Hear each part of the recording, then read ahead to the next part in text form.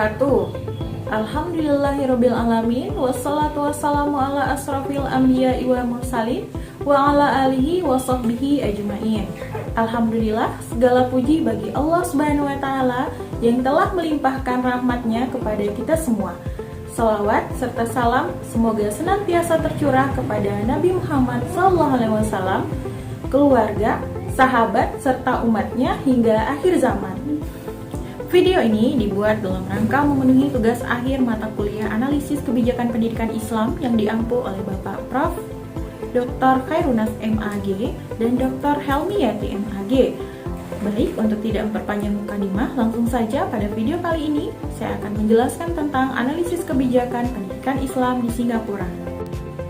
Pendidikan adalah salah satu faktor yang sangat penting dalam kemajuan suatu negara. Sukses atau tidaknya suatu negara dapat dilihat dari kemajuan yang salah satunya adalah dari sektor pendidikan. Karena melalui media pendidikan, kualitas akan sumber daya manusia dapat ditingkatkan. Oleh karena itu, upaya dalam rangka mengembangkan sistem pendidikan mesti berkelanjutan, dilakukan sesuai dengan tuntutan serta perkembangan zaman. Pendidikan agama Islam adalah upaya sadar dan terencana dalam menyiapkan peserta didik untuk mengenal, memahami, menghayati, hingga mengimani ajaran agama Islam, dibarengi dengan tuntutan untuk menghormati penganut agama lain dalam hubungannya dengan kerukunan umat beragama hingga terwujud kesatuan dan persatuan bangsa. Darajat 1987 memaknai bahwa pendidikan agama Islam adalah suatu usaha untuk membina dan mengasuh peserta didik agar senantiasa dapat memahami ajaran Islam secara menyeluruh, lalu menghayati tujuan yang pada akhirnya dapat mengenalkan serta menjadikan Islam sebagai pandangan hidup. Jadi, pendidikan Islam di sini merupakan usaha sadar yang dilakukan pendidik dalam rangka mempersiapkan peserta didik untuk meyakini, memahami, dan mengamalkan ajaran Islam melalui kegiatan bimbingan, pengajaran, atau pelatihan yang telah ditentukan untuk mencapai tujuan yang telah ditetapkan. Implementasi sistem pendidikan Islam di berbagai negara yang berpenduduk minoritas Muslim mempunyai corak serta sistem yang tentunya memiliki perbedaan yang sangat kentara antara yang satu dengan yang lainnya. Hal tersebut dipengaruhi oleh sedikitnya penganut Islam di negara tersebut dan berbedanya sistem pendidikan yang dijalankan oleh negara itu. Singapura contohnya. Seperti yang kita ketahui, Singapura adalah negara sekuler dengan sistem pemerintahan parlementer. Singapura sebagai negara sekuler telah memisahkan antara agama dengan urusan lainnya, baik dalam hal pemerintahan maupun pendidikan. Hal ini tentu berdampak terhadap kaum minoritas Muslim yang ada di Singapura. Ditambah lagi dengan banyaknya isu-isu yang berkembang, yang mana isu-isu tersebut banyak memberikan kesan negatif terhadap Islam itu sendiri. Sebagai contoh, kaum muslimin seperti Muslim Singapura mengutuk keras serangan Amerika Serikat ke Afghanistan pada tahun 2021 dan juga serangan kepada Irak pada tahun 2003 dan lain-lain. Hal ini tentu membuat pemerintah Singapura sangat memperhatikan perkembangan Islam di Singapura lebih intens lagi dan lebih waspada lagi. Berbagai peraturan pun dibuat oleh pemerintahan Singapura sehingga pengaruh dari sistem sekuler itu sendiri nyata terhadap pengamalan agama Muslim minoritas di Singapura, seperti dilarangnya seruan azan dengan pembesar suara dengan maksud agar tidak mengganggu aktivitas non-Muslim. Yang kedua, adanya pelarangan penggunaan jilbab bagi siswi Muslim di sekolah pemerintah dalam rangka memelihara integrasi dan keharmonian sosial. Bahkan, larangan berjilbab juga pernah terjadi pada pegawai muslimah yang bekerja di lembaga pemerintah. Bukan hanya dikhususkan untuk Islam saja, tapi larangan pemakaian simbol-simbol keagamaan itu juga berlaku untuk agama lain. Namun, dalam bidang pendidikan, walaupun Singapura menganut sistem sekuler yang tidak mengizinkan untuk mengadakan pembelajaran agama di sekolah-sekolah pemerintah, sistem madrasah tetap diperbolehkan dilakukan di Singapura, yang mana madrasah merupakan ciri khas pendidikan Islam dan masih wujud di Singapura sampai saat ini. Untuk itu, dalam video ini akan dijelaskan lebih mendalam kebijakan pendidikan Islam, bagaimana implementasi pendidikan Islam di Singapura, dan apa saja tantangan yang dihadapi oleh minoritas Muslim dalam melaksanakan pendidikan, khususnya pendidikan Islam. Tapi sebelum kita lanjut, kita mulai dengan sejarah kota Singapura. Sejarah masuknya Islam di Singapura. Singapura adalah sebuah negara yang terdiri dari sebuah pulau Temasek, di mana terdapat 54 pulau-pulau kecil yang lainnya, termasuk pulau-pulau karang dengan luas 621,4 km bujur sangkar dan dengan jumlah penduduk sekitar 5.850.342 jiwa. Negara ini kemudian terpisah dari daratan Semenanjung Malaka atau Johor oleh Selat Johor dan kemudian dihubungkan oleh sebuah tambak yang bernama Tambak Johor. Menurut sejarah, pada tahun 1299, kata Singapura sendiri muncul ketika Pangeran Sangila Utama melakukan perjalanan dan singgah di sebuah pulau tersebut, di mana beliau pada saat itu melihat dan bertemu dengan seekor binatang yakni singa, hingga kemudian pulau itu disebut dengan Lion City atau Kota Singa. Versi lain juga mengatakan bahwasanya pada abad ke-14 pulau ini telah menjadi tempat persinggahan pedagang Majapahit, sehingga Singapura berarti kota yang maknanya pura, kemudian singgah maknanya adalah singgah.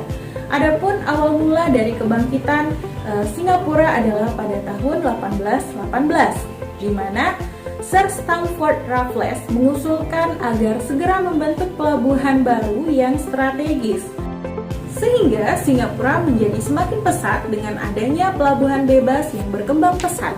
Peningkatan dalam bidang ekonomi semakin terbuka, karena kan banyak pedagang dari Arab, Tionghoa, India menjadikan Singapura sebagai singgahan.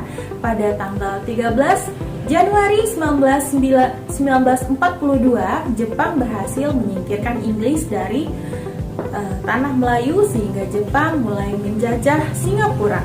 Kemudian setelah Perang Dunia Kedua, pemerintah Singapura dikembalikan lagi kepada Inggris. Setelah berbagai macam konflik yang telah terjadi pada negara tersebut, akhirnya negara Singapura merdeka dan mampu berdiri sendiri sebagai negara republik. Pada tanggal 9 Agustus 1965, di bawah pimpinan Lee Kuan Yew, Singapura mampu menjadi negara yang menguasai perdagangan dan lebih maju dari berbagai sektor. Selanjutnya, masuknya agama Islam di Singapura. Ditinjau dari sisi sejarah, perkembangan Islam di Singapura bermula pada abad ke-19. Sebagaimana masuknya Islam di Singapura itu tidak lepas dari proses masuknya Islam ke Asia Tenggara dengan datangnya imigran secara besar-besaran. Nah, kedatangan imigran yang secara besar-besaran tersebut menjadikan kota Singapura menjadi pusat perdagangan, informasi, dan dakwah Islam.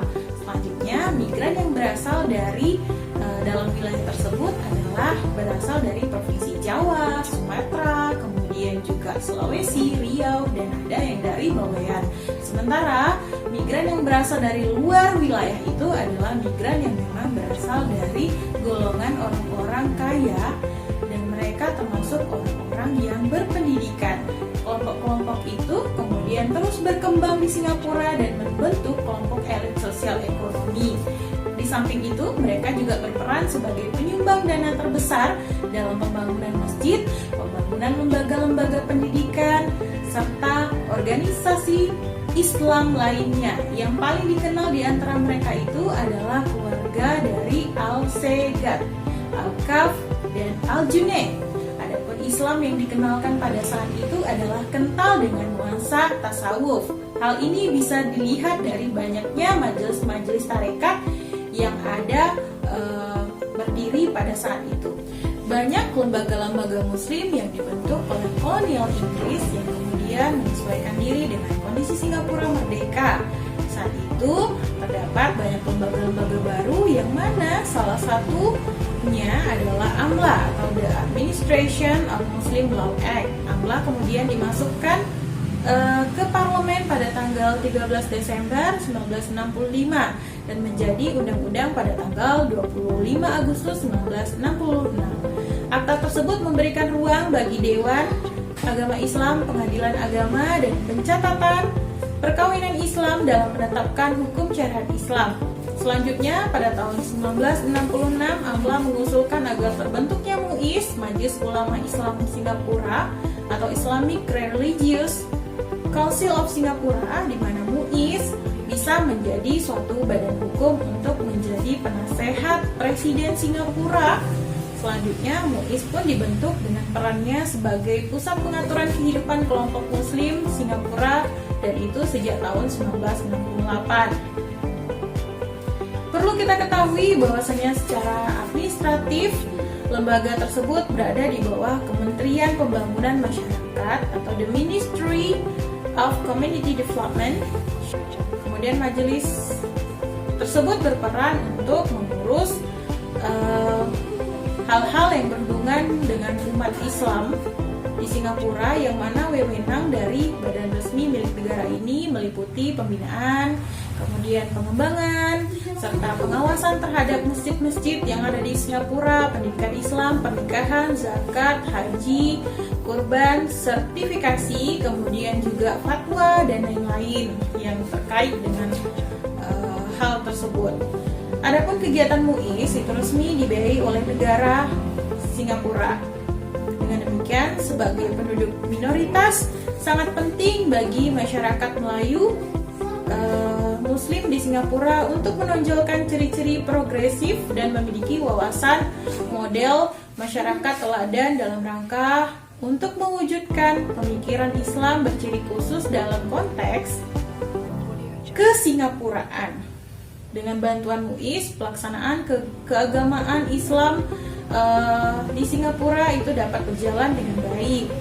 Walaupun MUIS itu berada di bawah pengawasan dari kementerian, yang mana setiap gerak-geriknya MUIS itu selalu dalam kontrol atau selalu dikontrol oleh pemerintah. Lepas dari pro dan kontra, setidaknya lembaga ini telah banyak berbuat untuk kemajuan umat Islam minoritas di Singapura, antara lain dalam hal pengembangan pendidikan Islam. Oke, selanjutnya kita lanjutkan ke pembahasan tentang kebijakan, tujuan, dan implementasi pendidikan Islam di Singapura. Seperti yang kita ketahui bahwasanya kebijakan sistem pendidikan di Singapura itu didasarkan pada pemikiran bahwa setiap peserta didik memiliki bakat dan minat yang unik. Singapura memiliki pendekatan yang fleksibel dalam rangka membantu mengembangkan potensi siswa. Selama bertahun-tahun, Singapura telah berkembang dari sistem pendidikan ala Inggris yang tradisional menjadi sistem pendidikan yang sangat modern dengan tujuan untuk memenuhi kebutuhan individual dan pengembangan bakat. Adapun keunggulan dari sistem pendidikan di Singapura itu adalah terletak pada kebijakan dua bahasa. Dengan sistem kurikulum Singapura yang sangat lengkap, di mana inovasi dan semangat kewirausahaan menjadi hal yang sangat diutamakan. Para individu menunjukkan talent atau bakat mereka sendiri yang berkaitan satu dengan lainnya, dan kemampuan untuk bertahan hidup dalam lingkungan yang penuh dengan persaingan yang dipersiapkan untuk sebuah masa depan yang cemerlang. Sistem pendidikan Islam di Singapura sendiri adalah khusus bagi masyarakat Muslim. Adapun pelaksana pendidikannya adalah agensi-agensi di bawah pengawasan MUIS atau Majelis Ulama Islam Singapura, yang mana MUIS sendiri telah diberi kewenangan oleh AMLA atau Administration of Muslim Law Act. Adapun tujuan dari pendidikan Islam di Singapura adalah untuk melengkapi kekurangan-kekurangan dalam kurikulum di sekolah milik pemerintah yang tidak menyertakan pendidikan agama. Sebab dalam bidang pendidikan, Singapura membagi pendidikan mereka untuk kaum muslimnya dengan dua istilah, pendidikan Islam dan pendidikan sekuler. di mana sekolah-sekolah milik pemerintah itu tidak diperkenankan untuk mengajarkan agama. Hal ini sesuai dengan objektif pendidikan pemerintah yang bersifat sekuler, yaitu memisahkan kehidupan dunia dan tuntunan agama. Pendidikan Islam hanya khusus bagi warga Muslim Singapura. Hanya sekolah-sekolah berbasis Islam saja yang boleh mengajarkan pendidikan Islam yang agensinya di bawah pengawasan MUIS, yang mana telah diberi kekuasaan penuh seperti yang sudah saya paparkan di atas tadi.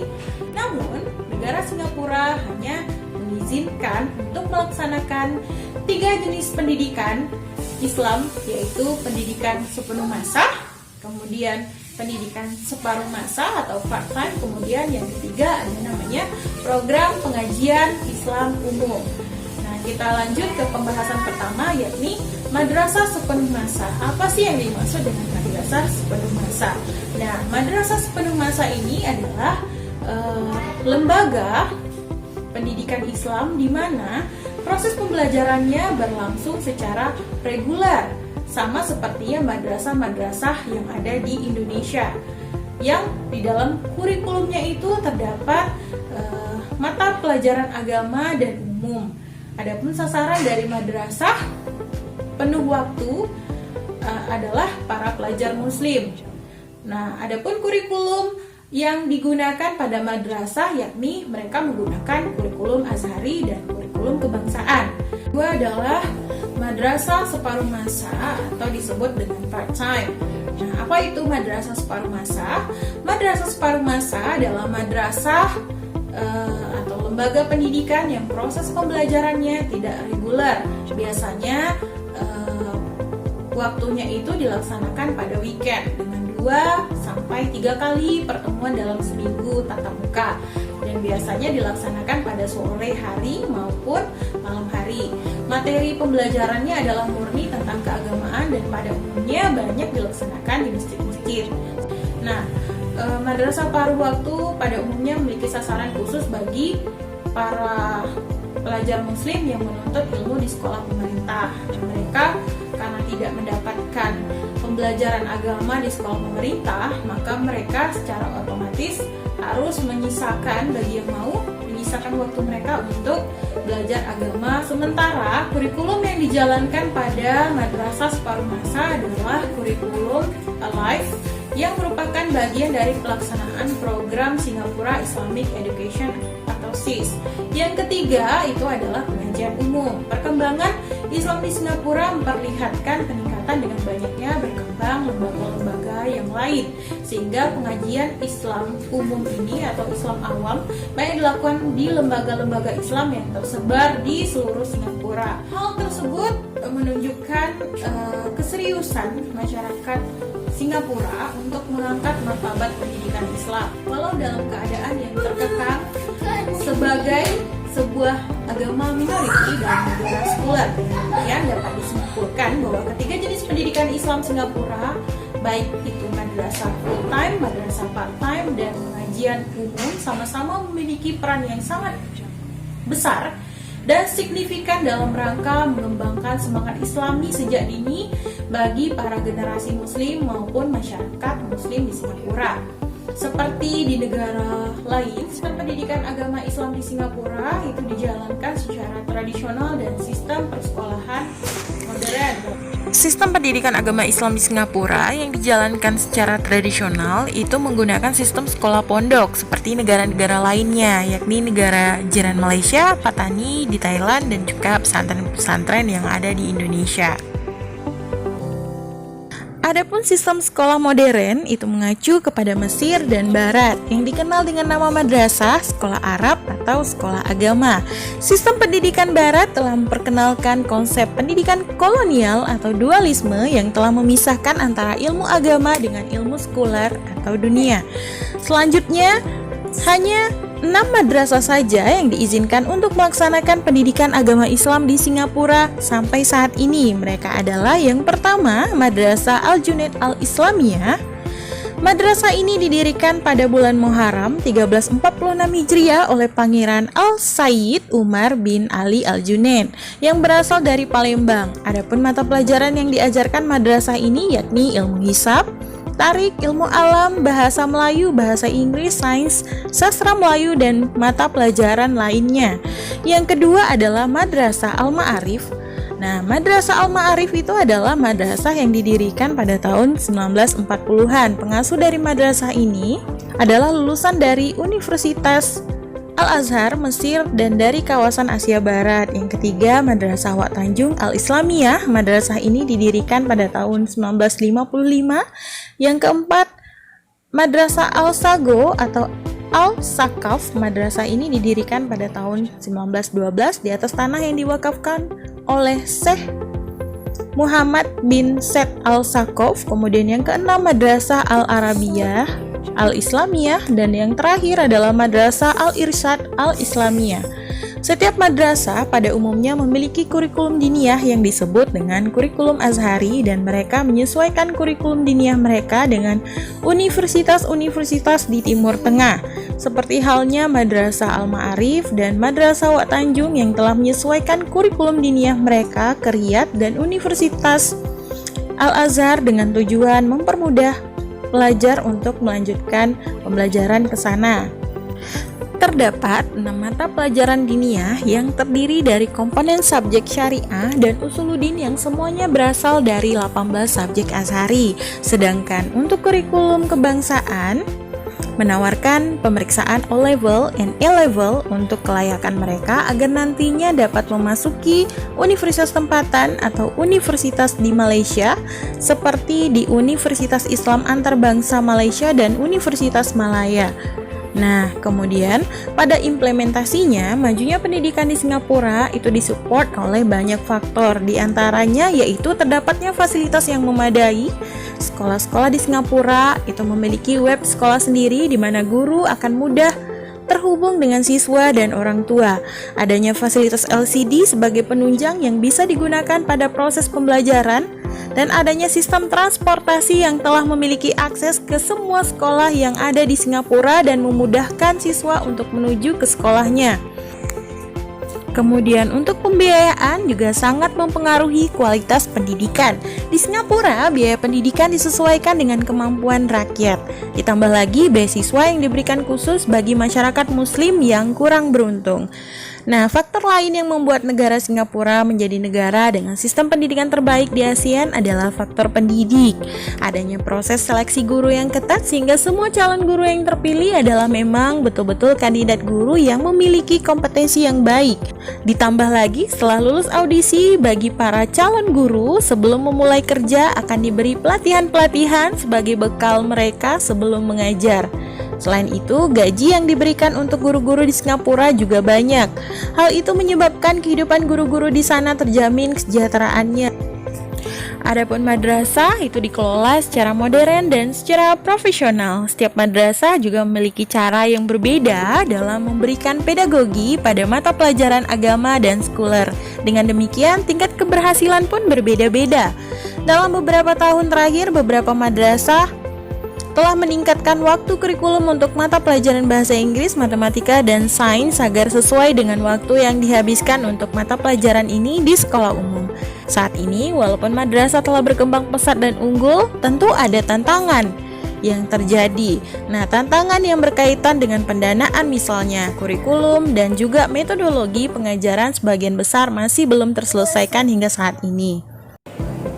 Dari apa yang sudah saya sampaikan tadi, bisa ditarik kesimpulan bahwasannya kebijakan pendidikan Islam di Singapura itu dilakukan oleh Kementerian Agama, sedangkan untuk sistem pendidikan Islam itu dilakukan di bawah pengawasan Majelis Ulama Islam Singapura. Adapun kurikulum khusus yang diciptakan oleh MUIS untuk madrasah part-time adalah Singapore Islamic Education System atau SIS, dan juga kurikulum Alif. Sedangkan untuk kurikulum Azhari dan kurikulum kebangsaan adalah kurikulum yang digunakan oleh madrasah sepenuh masa atau full time. Terdapat 3 model pendidikan yang diterapkan di Singapura. Yang pertama itu adalah pendidikan penuh waktu atau full time, kemudian yang kedua pendidikan paruh waktu, kemudian yang ketiga adalah pengajian Islam untuk masyarakat. Adapun tantangan yang dihadapi terkait kebijakan pemerintah Singapura adalah sebagai lembaga swasta, madrasah tidak mendapat bantuan dari pemerintah. Hanya sekolah pemerintah saja yang mendapat bantuan dana dari pemerintah. Madrasah hanya menerima dana dari dermawan muslim yang kaya dan organisasi berbasis muslim. Semoga video ini bermanfaat untuk kita semua. Wassalamualaikum warahmatullahi wabarakatuh. See you on the next video. Bye bye.